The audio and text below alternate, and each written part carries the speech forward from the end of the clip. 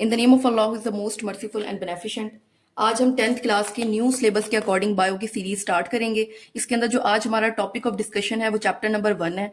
आप chapter number 1 के हम लोग 1 बाय 1 हर टॉपिक को डिस्कस करेंगे। उसके अंदर जो भी एमसीक्यूज हैं, जो भी थ्योरी के रेलिवेंट कोई भी आपका कंसर्न है वो आपको यहाँ पे सॉल्व हो जाएगा। इसके अंदर सबसे पहला जो टॉपिक है 1.1 जो है वो न्यूट्रिशन और उसकी इंपॉर्टेंस है। न्यूट्रिशन और इंपॉर्टेंस के अंदर सबसे पहले मेन चीज जो हमें पता होनी चाहिए वो डेफिनेशन होती है। ऑब्वियसली डेफिनेशन, इसको फर्दर क्लासिफिकेशन इसकी लिखी हुई है हेट्रोट्रॉपिक ऑर्गेनिज्म और ऑटोट्रॉपिक न्यूट्रिशन। फिर उसके बाद कुछ स्टेप हैं कि न्यूट्रिशन कैसे हमारी बॉडी के अंदर होती हैं। इसके 5 स्टेप्स हैं। इन 5 स्टेप्स को 1 बाय 1 रीड करेंगे और फिर देखेंगे कि हमारी फूड किस तरीके से हमारे माउथ में जाती है, फिर उसके बाद उसकी एब्जॉर्प्शन कैसे होती है, फिर उसकी एसिमिलेशन कैसे होती है और फिर इजेशन कैसे होती है। तो स्टार्ट हमारा सबसे पहले है न्यूट्रिशन। न्यूट्रिशन बेसिकली क्या होती है कि ऑर्गेनिज्म फूड लेते हैं, ठीक है। जैसे हम लोग ऑर्गेनिज्म है, हम लोग फूड का इनटेक करते हैं और उसके अंदर जितने भी न्यूट्रिएंट्स होते हैं उस न्यूट्रिएंट्स, क्योंकि बेसिकली तो हमारी जो रिक्वायरमेंट है वो न्यूट्रिएंट्स है। हमें फूड, जब हम फूड खाते हैं तो उसके अंदर जो भी कार्बोहाइड्रेट्स होते हैं, प्रोटीन होते हैं, लिपिड्स होती हैं, ये बेसिकली हमारी बॉडी की नेसेसरी रिक्वायरमेंट्स होती हैं। तो इनका क्या काम होता है कि ये हमें ग्रो करने के अंदर, हमें हेल्दी रहने के लिए और हमारे बॉडी टिश्यूज को रिपेयर करने के लिए बहुत ज्यादा जरूरी होते हैं। फॉर एग्जाम्पल आपको कहीं कट लग गया है तो आपकी जो ये रिपेयर का काम होता है ये भी आपके न्यूट्रिएंट्स ही करते हैं। तो ऑब्वियसली जब आप बीमार होते हैं तो हम मोस्टली कहते हैं कि आप अच्छी डाइट करें, अच्छी डाइट करें। अच्छी डाइट क्यों कहते हैं कि अच्छी डाइट से मुराद होता है कि उसके अंदर जितने भी न्यूट्रिएंट्स होते हैं, मतलब एक अच्छी आप एक बैलेंस डाइट ले रहे हैं तो उस बैलेंस डाइट में प्रोटीन, कार्बोहाइड्रेट की एक बैलेंस्ड कंसंट्रेशन होती है जो आपको आपको हेल्दी करने में, ग्रो रहने में और आपकी बॉडी टिश्यूज को रिपेयर होने के अंदर हेल्प करती है। तो जो आपकी बुक की फर्स्ट लाइन है कि nutrition is how organism get, how organism get meaning get मतलब फूड का इनटेक, फूड का यूज एंड यूज न्यूट्रिएंट्स, और उसके अंदर से जो सारे न्यूट्रिएंट्स हैं उनको ट्रैप करना और बॉडी को देना। अब बॉडी के पास न्यूट्रिएंट्स पहुंच गए हैं तो वो क्या क्या काम करेंगे, एक ग्रो होने के अंदर हेल्प करेंगे, एक हेल्दी रहने के अंदर हेल्प करेंगे और तीसरा काम जो है वो हमारी बॉडी टिश्यूज को रिपेयर करेंगे। मतलब आपको कोई कट वगैरह लग गया तो वहां की जो रिपेयरिंग होगी वो भी आपके न्यूट्रिएंट्स ही करेंगे। तो न्यूट्रिएंट्स को हम फर्दर क्लासिफाई करते हैं ऑटोट्रॉपिक न्यूट्रिशन के अंदर और हेट्रोट्रॉपिक न्यूट्रिशन के अंदर। ऑटोट्रॉपिक न्यूट्रिशन जो होती है वो क्या होती है और हेट्रोट्रॉपिक न्यूट्रिशन क्या होती है। तो बेसिकली इधर जाने से पहले यहाँ पर एक वर्ड लिखा हुआ है inorganic substances and organic substances. तो इनऑर्गेनिक सब्सटेंसेस क्या होते हैं? इनऑर्गेनिक सब्सटेंसेस वो सब्सटेंसेस होते हैं जो नॉन लिविंग होती हैं हमारे इन्वायरमेंट के अंदर।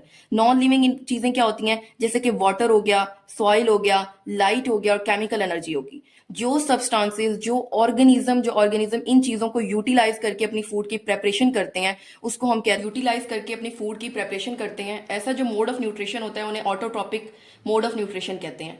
और न्यूट्रिशन की जो सेकंड क्लासिफिकेशन है वो हेट्रोट्रॉपिक न्यूट्रिशन है। हेट्रोट्रॉपिक न्यूट्रिशन के अंदर आपने ह्यूमन बींग्स की एग्जाम्पल याद रखनी है।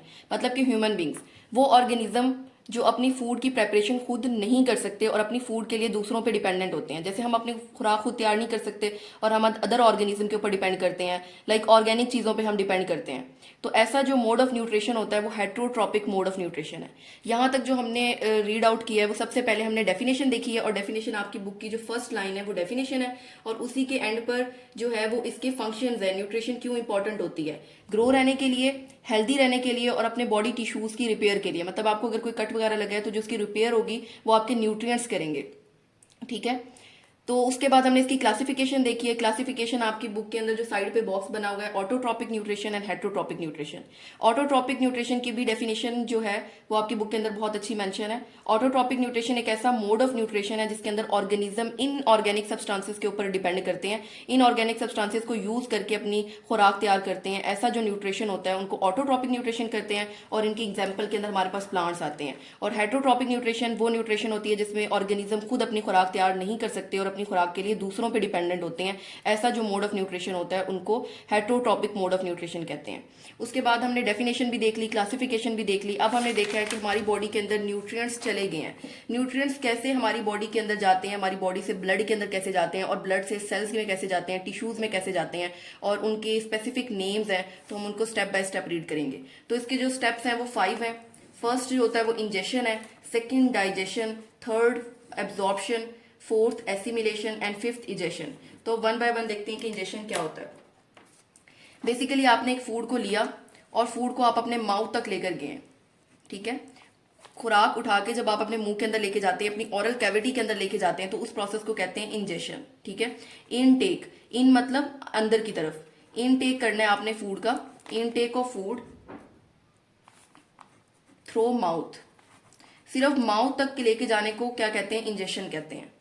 अब आपने जो भी फूड लिया है, ऑब्वियसली जो फूड के पार्टिकल्स होते हैं वो बहुत बड़े बड़े होते हैं, कॉम्प्लेक्स पार्टिकल्स होते हैं। ठीक है, और कॉम्प्लेक्स पार्टिकल्स आपकी ओरल कैविटी तक तो चले जाते हैं, लेकिन उसके आगे मूव नहीं कर सकते। तो बेसिकली क्या करेंगे कि कॉम्प्लेक्स पार्टिकल अपने पार्टिकल्स को स्मॉल पीसीज के अंदर कन्वर्ट करेंगे, स्मॉल पीसीज के अंदर ब्रेक डाउन करेंगे। जब वो स्मॉल पीसीज के अंदर ब्रेक डाउन हो जाएंगे तो बॉडी इजीली उसको एब्जॉर्ब कर लेगी। जब बॉडी एब्जॉर्ब कर लेती है तो इस प्रोसेस को हम कहते हैं डाइजेशन। ठीक है, फूड की इनटेक जब हमारी माउथ में फूड पहुंच जाता है तो उस प्रोसेस को कहते हैं इंजेशन। और जो फूड के पार्टिकल्स होते हैं वो बहुत बड़े बड़े होते हैं, बड़े कॉम्प्लेक्स पार्टिकल्स होते हैं। तो उन कॉम्प्लेक्स पार्टिकल्स को सबसे पहले हम छोटे छोटे पीसीज के अंदर कन्वर्ट करेंगे। जब वो छोटे से पीसीज हो जाएंगे तो बॉडी उसको इजीली एब्जॉर्ब कर लेगी। जो एब्जॉर्प्शन होती है या जो वो पीसीज का कन्वर्ट होना होता है बड़े पीसीज का छोटे पीसीज के अंदर, उस प्रोसेस को हम कहते हैं डाइजेशन। इसकी डेफिनेशन मेंशन है, breaking food into smaller parts the body can absorb. इतने छोटे पीसीज करने हैं कि आपकी बॉडी उसको एब्जॉर्ब कर ले। थर्ड डेफिनेशन जो है वो एब्जॉर्प्शन की है। एब्जॉर्प्शन, आपके जो कॉम्प्लेक्स पार्टिकल्स है वो स्मॉल पीसीज के अंदर कन्वर्ट हो गए। स्मॉल पीसीज से अब हमने न्यूट्रिएंट्स को ट्रैप करना है। अब न्यूट्रिएंट्स जो है वो ट्रैप होंगे, न्यूट्रिएंट्स ट्रैप होंगे और हमारे ब्लड और लिम्फ के अंदर जाएंगे। न्यूट्रिएंट्स का ब्लड और लिम्फ के अंदर जाने को एब्जॉर्प्शन कहते हैं। जब हमारे न्यूट्रिएंट्स ट्रैप होके ब्लड और लिम्फ के अंदर पहुंच जाएंगे तो इस प्रोसेस को हम बोलेंगे एब्जॉर्प्शन। इसकी डेफिनेशन है, moving nutrients from the digestive food, मतलब जो फूड आपने डाइजेस्ट किया है उसके अंदर से जो न्यूट्रिएंट्स हैं वो आपके ब्लड और लिम्फ में चले जाएं। उसके बाद हमारे पास फोर्थ डेफिनेशन है एसिमिलेशन की। एसिमिलेशन के क्या मतलब होता है कि आपने देखा कि आपके न्यूट्रिएंट्स ब्लड और लिम्फ में पहुंच गए।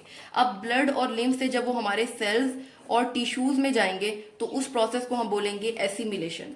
यहाँ पर डेफिनेशन है, using the absorb nutrients in cells and tissues. ठीक है, उसके बाद जो लास्ट स्टेप है, अब ऑब्वियसली आपने फूड का इनटेक कर लिया, फूड की डाइजेशन कर ली, एब्जॉर्प्शन कर ली, वो हमारे सेल्स तक भी पहुंच गए, हमारे टिश्यूज तक पहुंच गए, तो ऑब्वियसली अब उसका फंक्शन जो है वो खत्म हो चुका है। अब हमने उसको अपनी बॉडी से एलिमिनेट करना है। जो इजेशन है उसका सेकेंड नेम है एलिमिनेशन भी बोला जा सकता है और एक्सक्रीशन भी बोल सकते हैं।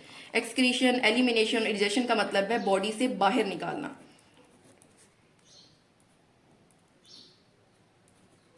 बॉडी से बाहर निकालना। जो भी आपके अनडाइजेस्टेड फूड है, मतलब आपने फूड को लिया, उसका कुछ पोर्शन डाइजेस्टिव होता है और कुछ पोर्शन अनडाइजेस्टिव होता है। जो डाइजेस्टिव पोर्शन है ऑब्वियसली वो आपकी बॉडी के अंदर डिफरेंट पोर्शंस पे जाके एब्जॉर्ब हो जाएगा, लेकिन जो अनडाइजेस्टिव पोर्शन है वो आपको अपनी बॉडी से एलिमिनेट करना पड़ेगा।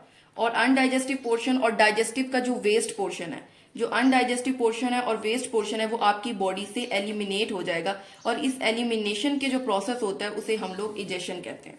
ठीक है, ये 5 स्टेप्स थे हमारे कि सबसे पहले फूड का आपने इनटेक किया, जब वो आपके माउथ में चले गई तो उस प्रोसेस को आप बोलते हैं इंजेशन।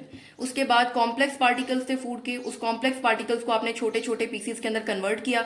जब वो छोटे पीसीज हो गए तो वो आपकी बॉडी ने उसको इजीली एब्जॉर्ब कर लिया। जो ये एब्जॉर्प्शन थी या स्मॉल पीसीज के अंदर कन्वर्जन थी उसको हमने डाइजेशन का नाम दिया। फिर उसके बाद जो आपने डाइजेस्टेड फूड था उसके जो न्यूट्रिएंट्स थे वो आपके ब्लड और लिम्फ तक चले गए।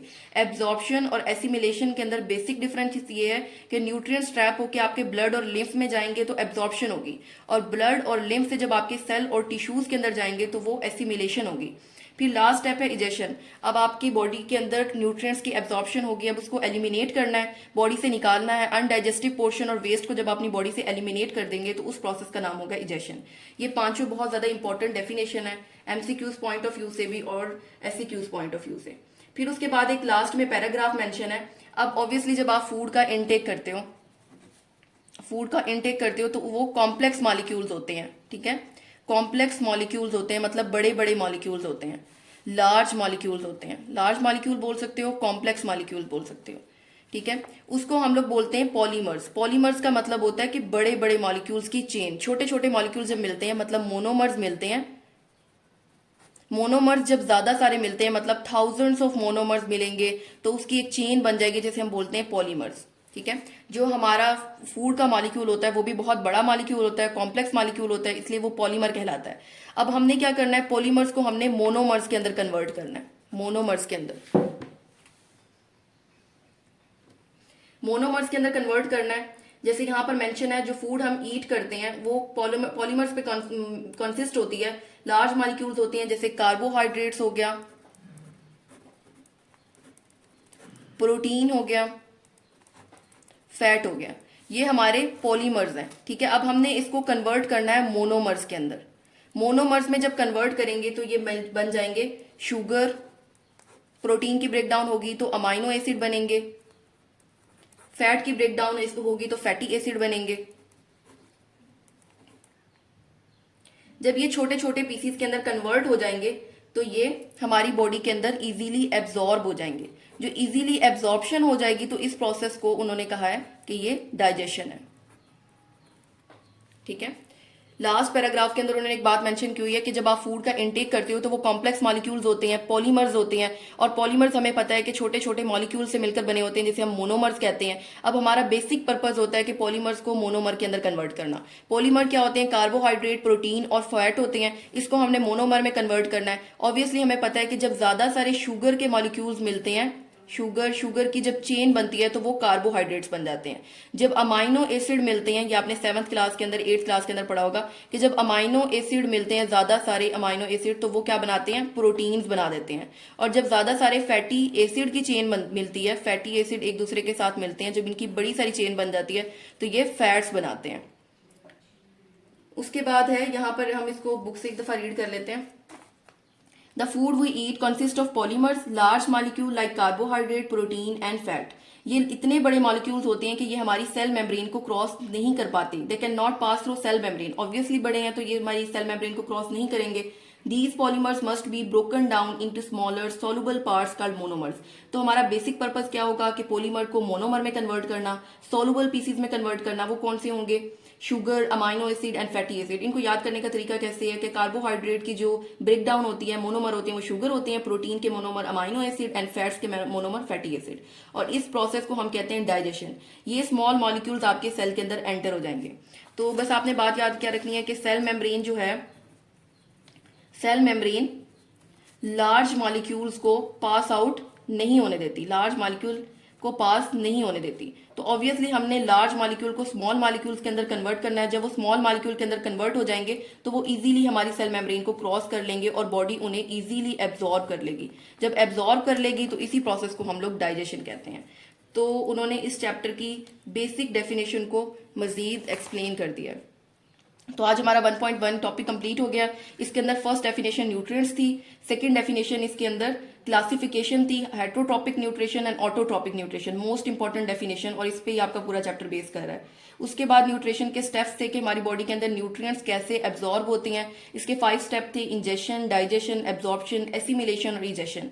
उसके बाद लास्ट पैराग्राफ के अंदर पॉलीमर्स और मोनोमर्स का कॉन्सेप्ट दिया हुआ था और इसको बताया हुआ था कि पॉलीमर्स को हम हमेशा मोनोमर्स में कन्वर्ट करते हैं जब जाके वो हमारी बॉडी के अंदर एब्जॉर्ब होते हैं। Is it clear to all of these? Thank you.